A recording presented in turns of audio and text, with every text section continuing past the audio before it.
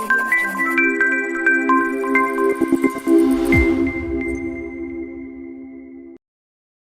Operating system act as a mediator between the user and the system.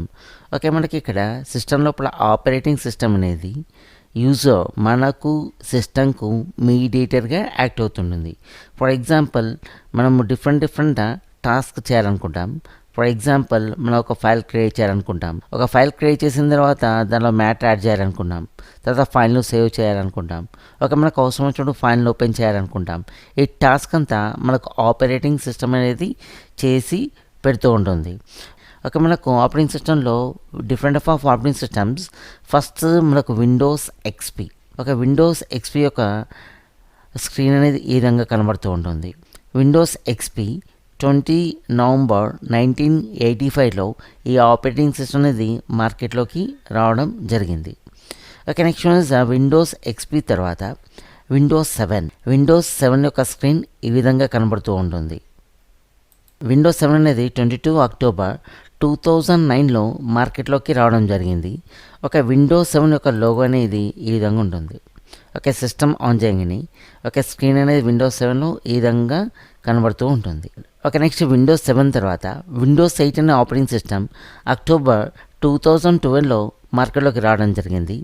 ఒక Windows 8 యొక్క screen అనేది ఈ విధంగా ఉంటుంది. విండోస్ 8 తర్వాత నెక్స్ట్ వన్ ఇస్ విండోస్ 10 అని ఆపరేటింగ్ సిస్టమ్ మార్కెట్లోకి రావడం జరిగింది.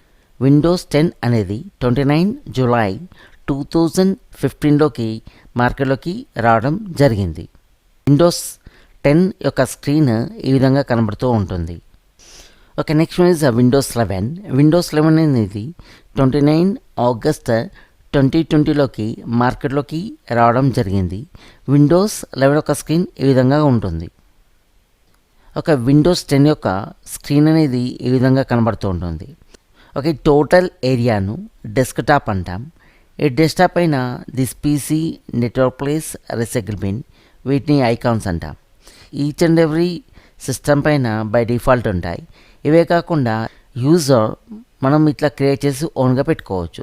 ఫర్ ఎగ్జాంపుల్, ఇక్కడ కోటా అనేది టెక్స్ట్ డాక్యుమెంట్ మనం క్రియేట్ చేసి పెట్టుకోవచ్చు.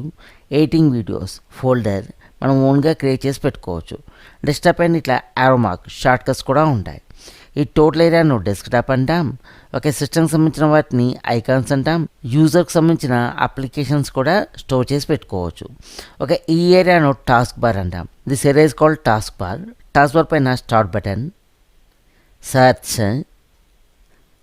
కార్టోనా, task view, date and time, LAN connection, charging, speaker ఈ విధంగా చూపిస్తూ ఉంటుంది.